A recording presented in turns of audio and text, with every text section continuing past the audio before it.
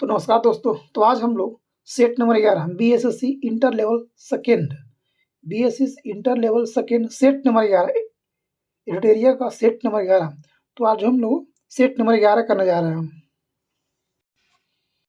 तो इसमें आपको 15 सेट दिया हुआ देखिएगा। द्वितीय इंटर स्तरीय संयुक्त प्रतियोगिता परीक्षा 2023 में टोटल इसमें 15 सेट दिया हुआ है। मॉडल सेट हम लोग 10 हम करा चुके हैं, 11वां आज करा जा रहे हैं। तो देखिएगा हम लोग आज का 11वां सेट क्वेश्चन नंबर फर्स्ट चलते आगे बढ़ते हैं हम लोग। तो दोस्तों ये रहा हम लोग का आज का फर्स्ट क्वेश्चन। कह रहा कि किस बाद में उच्चतम न्यायालय ने यह व्यवस्था दी कि प्रस्तावना संविधान का एक भाग है। प्रस्तावना संविधान का एक भाग है। तो ये बोला था आपको केशवानंद भारती में। केशवानंद भारती ये कब हुआ था? 1973 में। कब? 1973 में, याद रखिएगा 1973 में केशवानंद भारती वर्षित उच्चतम न्यायालय सुप्रीम कोर्ट की तरफ गया था। देखते हैं आज का सेकेंड क्वेश्चन कह रहा है आपको। सेकेंड कह रहा है कि निम्नलिखित में से कौन राज्यों के पुनर्गठन से संबंधित नहीं थे? धर आयोग, जेपी समिति, राजमन्नार समिति, फजल अल समिति। कौन नहीं था? फिर डेंजर का क्वेश्चन आ गया, नहीं बोल रहा है। तो राजमन्नार नहीं समिति नहीं था, राजमन्नार समिति नहीं था, धर आयोग था, जेवीपी था और आपको फजल अली था। धर आयोग, राजमन्नार समिति इसमें नहीं था। आगे देखते हैं क्वेश्चन नंबर 3 देखते हैं। 3 कर आपको कि भारतीय संविधान में किस आधार पर अल्पसंख्यकों का निर्धारण किया गया था? तो आपको भाषाई और धार्मिक पे, भाषा और धार्मिक पे किया गया था। 3 का आपको क्वेश्चन नंबर 3 हो जाएगा, भाषाई और धार्मिक पर। आगे देखते हैं हम क्वेश्चन नंबर 4 में आते हैं।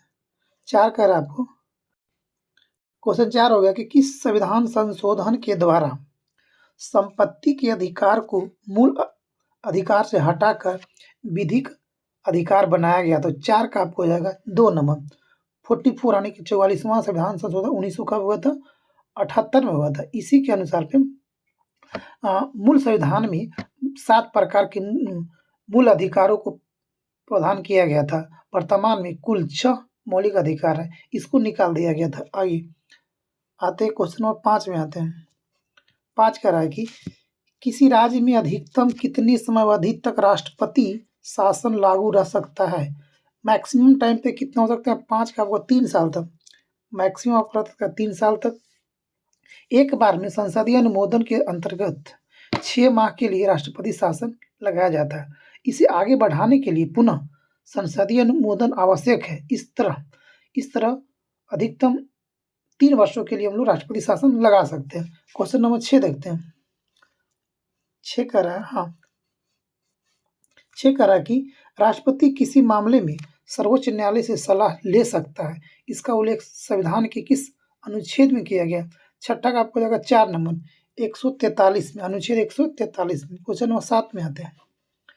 क्वेश्चन 7 कह रहा है कि किसी राज्य में पंचायतों के निर्वाचन की तिथि की घोषणा कौन करता है? किसी राज्य में पंचायतों के निर्वाचन की तिथि घोषणा कौन करता है? 7 का हो जाएगा 2 नंबर, राज्य का निर्वाचन आयोग करता है।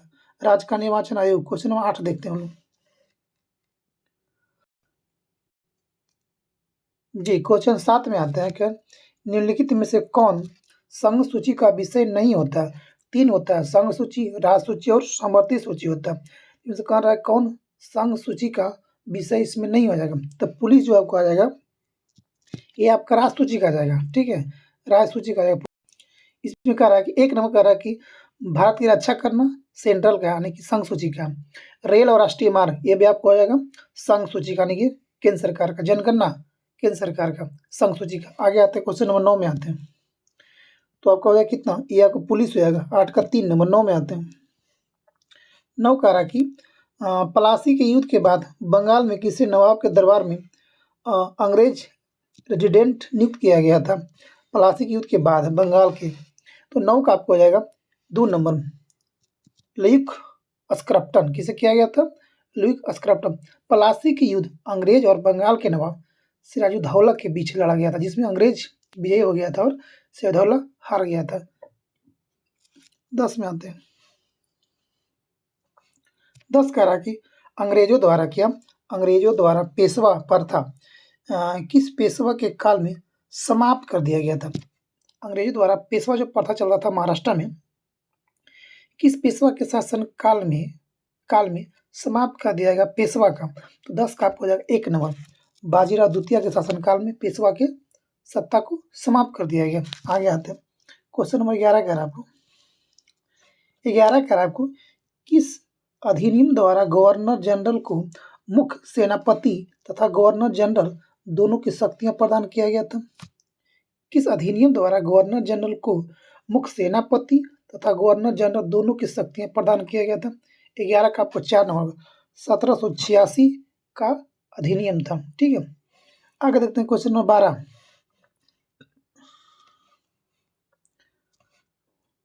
12 आपको है संस्था है और संस्थापक हो जाएगा। अच्छा, इसमें क्या है, पहला क्वेश्चन दिया ए में दिया है डिप्रेस्ड क्लास मिशन सोसाइटी का कौन था?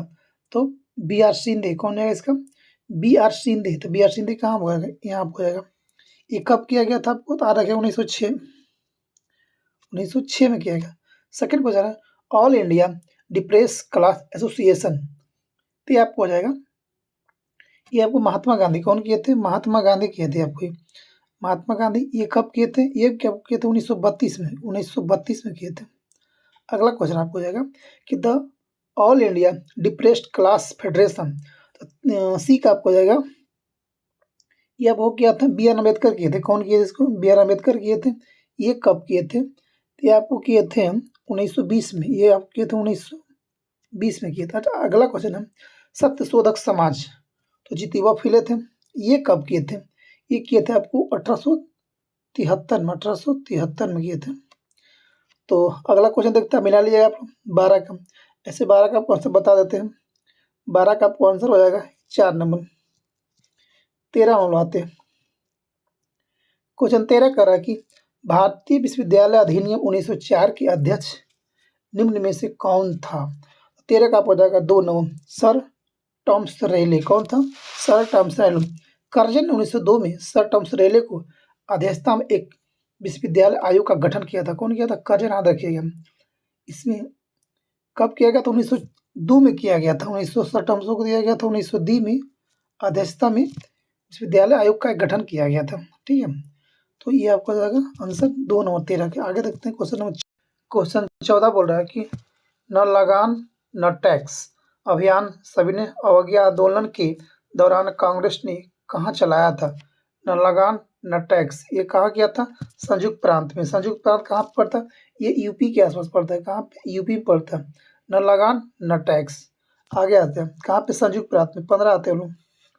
15 कर आपको कि मंगल पांडे ने चर्बी वाले कारतूस के प्रयोग के विरोध में किसे अपनी गोली का शिकार बनाया था?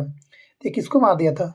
ये आपको मार दिया था सर्जेंट ह्यूरसन को मारा था। सर्जेंट कब मारा था? तो ये मारा था 29 मार्च को 1857 में। 29 मार्च 1857 को इसको मंगल पांडे ने गोली मारा था। चर्बी वाले कारतूसों के विरोध में सर्जेंट ह्यूरन को गोली मारकर हत्या कर दी। मंगल पांडे 34वां नेटिव इन्फेंट्री का जवान। याद रखिएगा, ये पूछा क्वेश्चन है किस इन्फेंट्री का ये जवान था? 34वां इन्फेंट्री का जवान था मंगल पांडे। आगे देखते हैं, 16 नंबर क्वेश्चन कह रहा है। 16 कह रहा है कि निम्न में से किसकी रचना हर्षवर्धन ने नहीं किया था? तो 16 का आपको जाएगा कौन?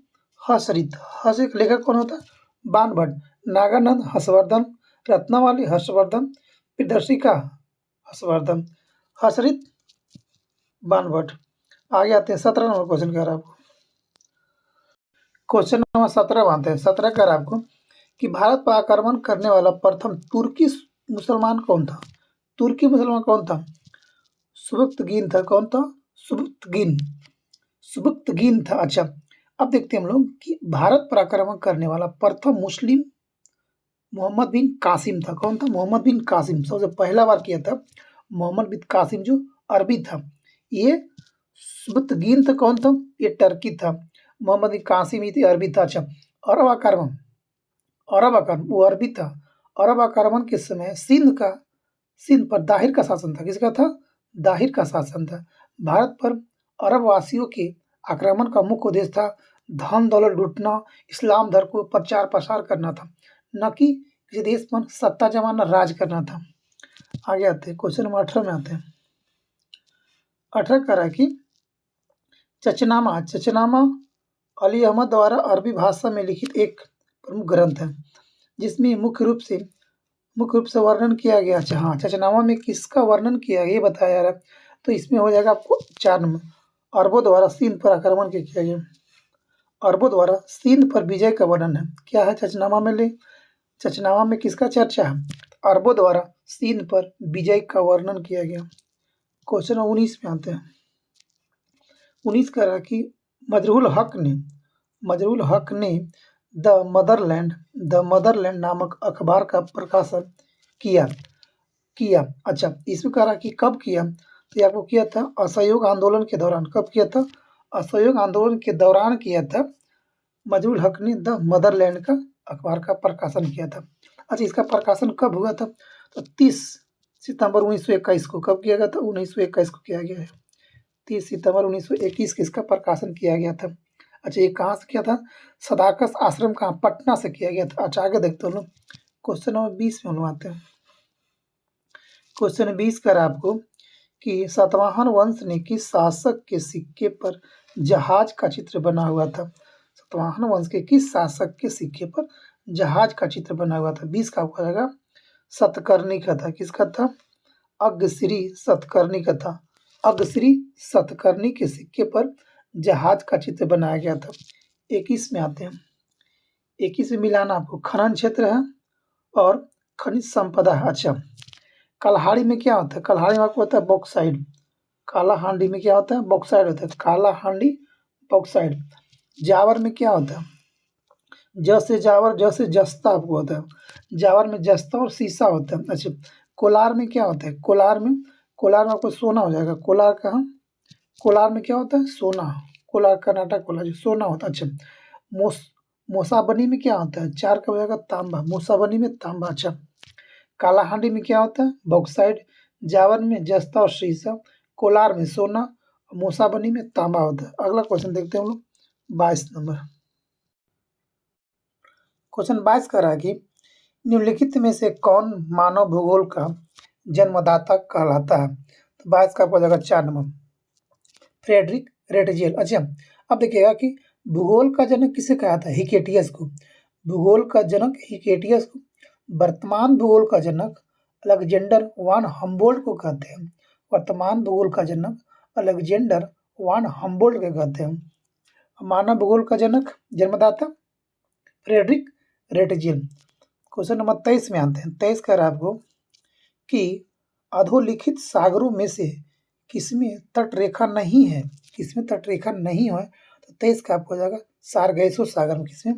सारगैसो सागर में। सारगैसो सागर कहाँ पर था? उत्तरी अटलांटिक महासागर में। कहाँ पर था? उत्तरी अटलांटिक महासागर में। बरमुडा ट्रायंगल के ऊपर पड़ता है। अच्छा, अटलांटिक, अगर हम बात की अटलांटिक महासागर का, अटलांटिक महासागर का आकार कैसा है? कैपिटल एस आकार का है। कैसा है? कैपिटल एस आकार का। आगे देखते हैं, क्वेश्चन नंबर 24 देखते हैं। 24 कर आपको किस चट्टान में जीवाश्म पाए जाते हैं? कौन सा चट्टान में जीवाश्म पाए जाते हैं? अवसादी चट्टान में। किसमें? अवसादी चट्टान में जीवाश्म पाए जाते हैं। क्वेश्चन 25 कर आपको काजीरंगा नेशनल पार्क कहाँ है? काजीरंगा नेशनल पार्क आपको हो जाएगा कहाँ पे? आसाम में हो जाएगा। कहाँ पे? आसाम में हो जाएगा। अच्छा, यह किसके लिए प्रसिद्ध है? एक सींग वाले गैंडा के लिए। इसका नया नाम क्या है? इसका नया नाम काजीरंगा राष्ट्रीय आर्कटिक पार्क हो गया। आर्किड पार्क रखा गया। इसका नया नाम है काजीरंगा राष्ट्रीय आर्किड पार्क। अच्छा, वर्ष 1985 में इसे विश्व विरासत सूची में शामिल किया गया था। कब? 1985 में। याद रखिएगा, ये कहीं पूछा हुआ क्वेश्चन है कि काजीरंगा नेशनल पार्क को यूनेस्को के मतलब कि विश्व विरासत सूची में कब शामिल किया गया? तो 1985 में। क्वेश्चन नंबर 26 देखते हैं। 26 का निम्नलिखित में से कौन सी नदी भूमध्य रेखा को 2 बार काटती है? यानी विषुवत रेखा को 2 बार कौन सी नदी काटती है? तो आपको जाएगा जायरे नदी। कौन नदी? जायरे नदी विषुवत रेखा को 2 बार काटती है, यानी कि भूमध्य रेखा को 2 बार काटती है। इसे कांगो नदी भी कहते हैं। जायरे को हम लोग कांगो नदी भी कहते हैं। यह अफ्रीका का एक प्रमुख नदी है। यह नील नदी के बाद अफ्रीका के सबसे लंबी नदी है। कौन? कांगो, या तो जायरे नदी कहते हैं। इसमें लगभग 40 लाख वर्ग किलोमीटर आते हैं। कितना? 40 लाख। लिम्पोपो नदी मकर रेखा को 2 बार काटती है। लिम्पोपो नदी मकर रेखा को 2 बार काटती है। आगे देखते हैं क्वेश्चन नंबर 27। कौन सी नदी कश्मीर घाटी में बहती है? तो झेलम। कौन? झेलम। सिंधु का सहायक नदी है झेलम। आगे देखते हैं 28 नंबर। 28 कह रहा है कि कौन से नहर प्रशांत और अटलांटिक महासागर को जोड़ती है? प्रशांत और अटलांटिक महासागर को जोड़ती है। कौन सा नहर जोड़ती है? तो 28 का आपको हो जाएगा 3 नंबर, पनामा नहर। पनामा नहर जोड़ती है। 29 में आते हैं लोग। 29 क्वेश्चन कह रहा है कि निम्नलिखित में से कौन सी एक संस्था विदेशी वाणिज्यिक उधारों को नियमित करता है? तो ये आपको हो जाएगा 29 का हो जाएगा 4 नंबर। कौन? आरबीआई। कौन करता है? कंट्रोल करता है? आरबीआई है। आगे आते हैं हम लोग 30 नंबर। 30 कह रहा है कि भारत में सेवा कर किसकी सिफारिश से लागू हुआ था? तो 30 का आपको हो जाएगा 2 नंबर, राज जे चलैया समिति है। कौन था? चलैया समिति की सिफारिश पर हम लोग को, राजा जे चलैया समिति की सिफारिश पर हम लोग को क्या किया गया था? सेवा कर को लागू किया गया था। क्वेश्चन नंबर 31 31 कह रहा है कि विकास के मानवीय पक्ष पर निम्नलिखित में से किस एक ने सबसे पहले ध्यान केंद्रित किया है? 31 को 1 नंबर, संयुक्त राष्ट्र विकास कार्यक्रम। संयुक्त राष्ट्र विकास कार्यक्रम, इसको हम लोग बोलते हैं UNDP, United Nation Development Programme बोलते हैं। आगे बढ़ते हैं हम लोग। बंधुआ मजदूर उन्मूलन, बंधुआ मजदूर अधिनियम किस वर्ष पारित किया गया था? तो आप किया था 1976 में। कब किया गया था? 1976 में पारित किया गया था बंधुआ मजदूर। यानी कि इसमें था कि व्यक्ति निश्चित समय तक सेवाएं देने के लिए बाध्य होता था। क्वेश्चन नंबर 33 है। क्वेश्चन 33 का रहा कि निम्नलिखित में से कौन निर्धनता के लिए उत्तरदायी आपको नहीं होता है? तो आपको जाएगा 4 नंबर, बढ़ती निवेश। निर्धनता के लिए कौन उत्तरदायी नहीं होता है? तो बढ़ती निवेश कौन कौन है? अपर्याप्त समृद्धि दर, जनसंख्या की उच्च वृद्धि दर, बेरोजगार। बढ़ती निवेश से आपको नहीं उत्तरदायी होता है इसका। आगे देखते हैं क्वेश्चन नंबर 34 कह रहा है आपको कि निम्नलिखित में से कौन सी एक सकल घरेलू उत्पादन जीडीपी गणना करने की विधि आपको नहीं है? तो 34 का होगा 2 नंबर, ह्रासमान लागत विधि आपको जीडीपी में गणना में सपोर्ट नहीं करता। 35 आते हैं। तो दोस्तों आप लोग बने रहिएगा, लास्ट तक देखिएगा, बहुत सुंदर सा सेट आपको होगा। ठीक है। 35 क्वेश्चन करा कि नगद आरक्षित अनुपात को कम करने से अर्थव्यवस्था पर निम्नलिखित में से प्रभाव पड़ेगा। तो पहला करा आपकी बैंक के पास अधिक तरलता लाभ होगा, अर्थव्यवस्था में निवेश वृद्धि देखने को मिल सकती है, अर्थव्यवस्था में मुद्रापूर्ति बढ़ सकती है। करा कि वास्तविक निवेश में दर में गिरावट आ सकती है।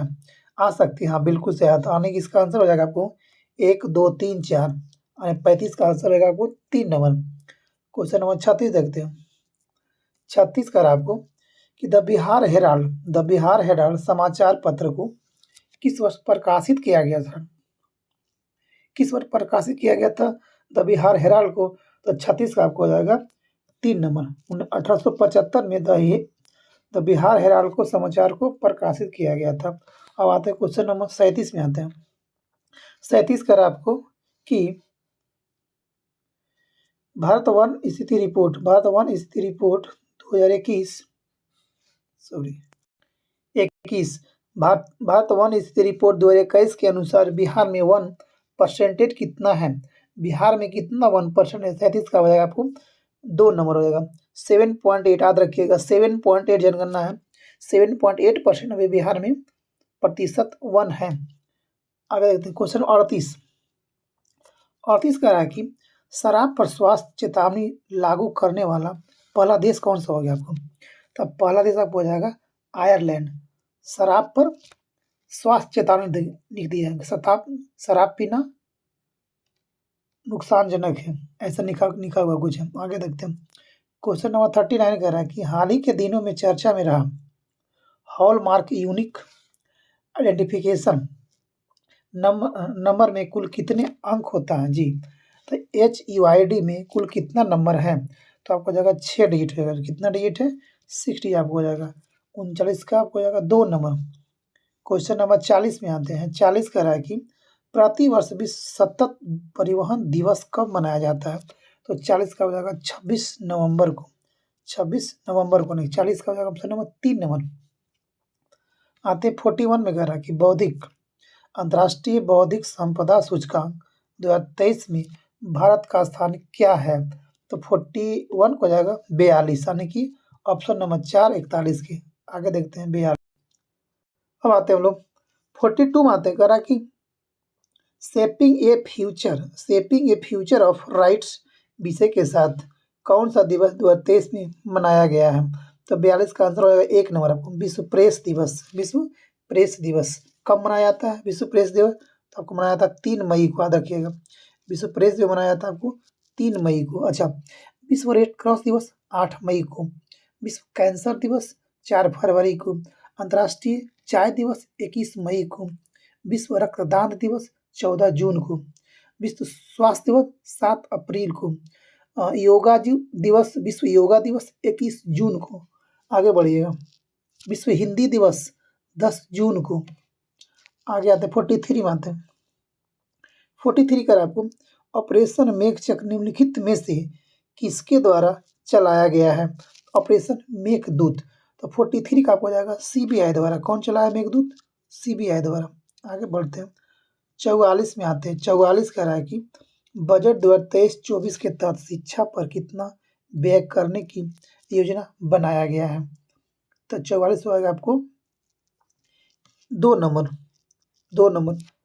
11, 28, 99 करोड़। कितना हो, इकाई दाएं सैकड़ा हजार 10,000 1,12,899 करोड़ आपको हो गया। 45 में आते हैं। 45 कर आपको टाइम पत्रिका सूची 2023 के तहत किस अभिनेता को शामिल किया गया है, 45 का हो जाएगा शाहरुख खान को। कौन, शाहरुख खान। 46 में आते हैं। 46 कह रहा है कि हाल ही में तारिक फतेह का निधन हो गया। कौन, तारिक फतेह का निधन हो गया। उनका संबंध किस क्षेत्र से था, तारिक फतेह का। तो ये आपको आएगा लेखक था। क्या था, ये लेखक है तारिक फतेह। याद रखिएगा, अच्छा क्वेश्चन है कि तारिक फतेह का संबंध किस क्षेत्र से, तो आपको आएगा लेखक था। पाकिस्तान मुल्क के जाने माने एक ऐसे रहते थे, कनाडा में थे पाकिस्तान मुल्क के। अक्सर वह आतंकवाद को लेकर पाकिस्तान पर हमलावर रहते थे। ज़्यादातर पाकिस्तान को मतलब कटाक्ष करते थे, इसलिए। आइए 47 कर आपको केंद्र सरकार द्वारा कूनो राष्ट्रीय उद्यान में कितने दक्षिण अफ्रीकी चीतों को लाए जाने की योजना बनाई गई है, तो कितना हो जाएगा 12। अच्छा, सबसे पहले आपको कहाँ पे कूनो मिला। अच्छा, इससे पहले आपको अफ्रीका से, हाँ अफ्रीका से कितना 12 को लाया गया था। आगे देखते हैं। नामीबिया से लाया गया था 8 गो, नामीबिया से लाया गया था 8 गो, अफ्रीका से लाया गया 12 गो, टोटल कितना हो गया 20 नेशन पर हो गया। आगे देखते हैं 48 देखते हैं। 48 कह रहा है आपको पहला वैश्विक बौद्ध शिखर सम्मेलन 2023 का आयोजन कहाँ किया गया। 48 का हो जाएगा 8 का हो जाएगा 1 नंबर नई दिल्ली में। कहाँ पे, नई दिल्ली में। 49 आते हैं। 49 का आपको कि प्रसिद्ध पुस्तक कथकली डांस थिएटर पुस्तक का लेखक कौन है, तो 49 का हो गया 2 नंबर के गोपाल कृष्ण। आगे देखते हैं क्वेश्चन नंबर 50 कह रहा है आपको। 50 कह रहा है आपको कि मंगलयान 2 किस वर्ष तक प्रक्षेपित करने का लक्ष्य रखा गया है, 50 का हो जाएगा 2024 तक। मंगलयान कब तक छोड़ जाएगा, 2024 तक छोड़ा जाने का लक्ष्य रखा गया है। लैंडर होगा इसके अंदर, रोवर होगा, 2024 में इसको भेजा जाएगा। आगे देखते हैं क्वेश्चन 51 कह रहा कि ज्योति तीव्रता ये सही मात्रक क्या होता है, ज्योति तीव्रता का मात्रक होता है कैंडेला मात्रक होता है ज्योति तीव्रता का। आइए 52 क्वेश्चन आता है। 52 कह रहा आपको कि निम्नलिखित में से कौन कारक रक्त जमाव के लिए आवश्यक होता है, तो 52 का हो जाएगा विटामिन के। रक्त को थक्का बनाने में काम करता है विटामिन के, कैल्शियम तथा फाइब्रिनोजन प्रोटीन आपकी होता है, ठीक है। आगे देखते हैं 53 क्वेश्चन कह रहा है आपको कि किस रोग में तांबा ऊतकों में जमा हो जाता है, किस रोग में तांबा ऊतक में जाकर जमा हो जाता है। 53 का होगा 1 नंबर विल्सन रोग। विल्सन रोग क्या बोलते हैं? विल्सन रोग बोलते हैं। एक दुर्लभ रोग है जो यकृत, मस्तिष्क, अन्य ऊतक में तांबे के धातु का अत्यधिक वृद्धि के कारण होता है। क्वेश्चन नंबर 54 देखते हैं। 54 करा कि निम्न में से किस तरंग को उष्मा तरंग भी कहते हैं? तो 54 का हो जाएगा 3 नंबर इंफ्रारेड किरण को हम लोग उष्मा तरंग भी कहते हैं। आगे देखते हैं क्वेश्चन नंबर 55। 55 करा आपको कि नींबू में लिटिल लीफ रोग किसके कमी के कारण होता है? तो आपको हो जाएगा किसी का तांबा के कारण होता है। किसके कारण? तांबा के कारण नींबू में लिटिल लीफ होता है। अच्छा, मक्का में जो होता है व्हाइट बर्ड वो होता है जिंक के कारण।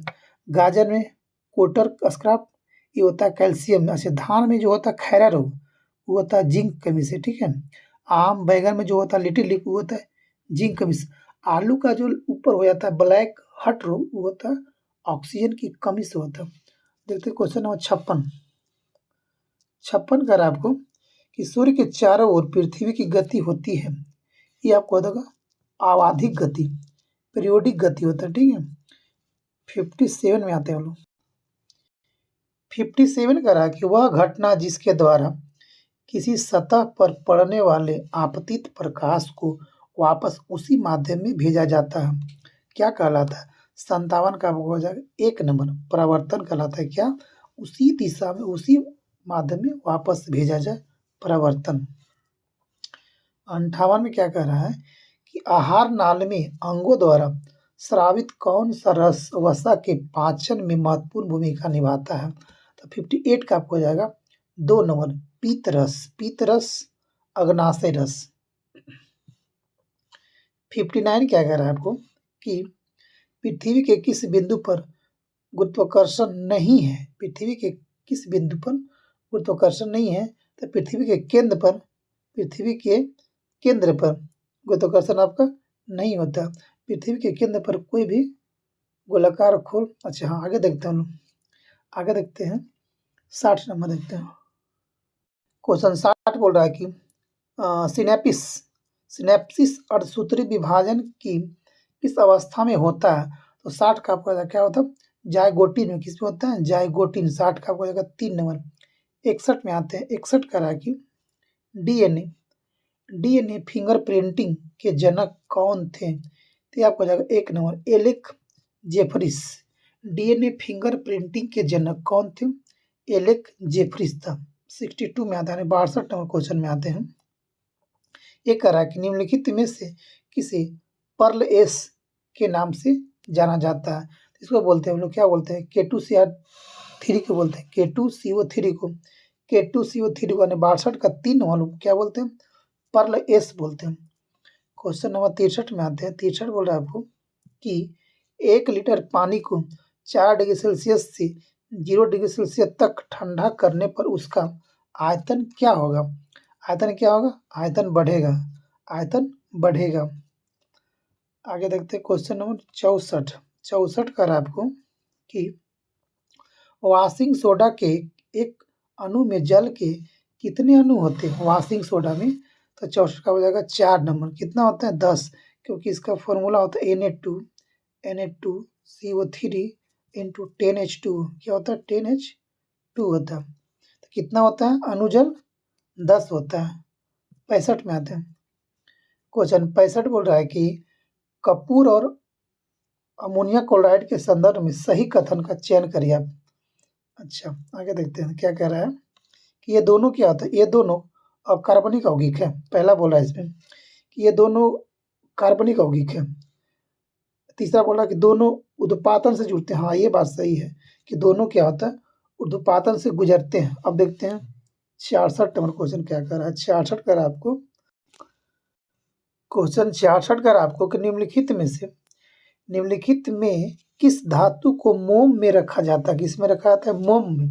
तो आपका किसका? लिथियम को हम लोग मोम में रखते हैं। लिथियम आवर्त सारणी के पहला ग्रुप में पाया जाता है, ठीक है। अच्छा, उसकी उपस्थिति नमी के साथ प्रतिक्रिया करने से रोकने के लिए उन्हें मिट्टी के तेल में रखा जाता है। अच्छा, मिट्टी के तेल में हो रखे का सोडियम रखते हैं, पोटेशियम रखते हैं, लेकिन लिथियम को हम लोग हल्की धातु है और यह मिट्टी के तेल के सतह से ऊपर तैरता है और यह नमी से प्रतिक्रिया करता है, इसीलिए इसको हम लोग लिथियम को मोम में रखकर सुरक्षित रखा जाता है। आगे देखते हैं क्वेश्चन 67 कह रहा है कि पूर्ण जनन की शक्ति यानी पावर ऑफ रीजनरेशन सबसे कम कहाँ होता है? सबसे कम 67 एक नंबर हो जाएगा। मस्तिष्क की कोशिका में सबसे कम पूर्ण जनन की शक्ति होती है। 68 में आते हैं। 68 कह रहा है आपको कि पौधे में ऑक्सिन हार्मोन की भूमिका क्या होता है? ऑक्सिन पौधे में क्या करता है? ये करता है कोशिका का विभाजन और बढ़ावा देता है। 69 में आते हैं हम लोग। क्वेश्चन 69 कर रहा है फूल का कौन सा भाग विकसित होकर फल बनता है? 69 को जाएगा 3 नंबर। कौन? अंडाशय जो है, अंडाशय। 70 में आते हैं। 70 कर रहा है आपको कि मनुष्य के उत्सर्जन तंत्र में कितना अंग होता है? मनुष्य के उत्सर्जन तंत्र में कितना अंग होते हैं? 70 का 1 नंबर 4 अंग होते हैं। 4 कितना अंग? 4 अंग होते हैं। 71 आते हैं। 71 कर आपको कि ब्लीचिंग पाउडर के निर्माण में उपयोगी पदार्थ है। 71 को जाएगा 2 नंबर। सूखा बुझा हुआ चूना और क्लोरीन होता है।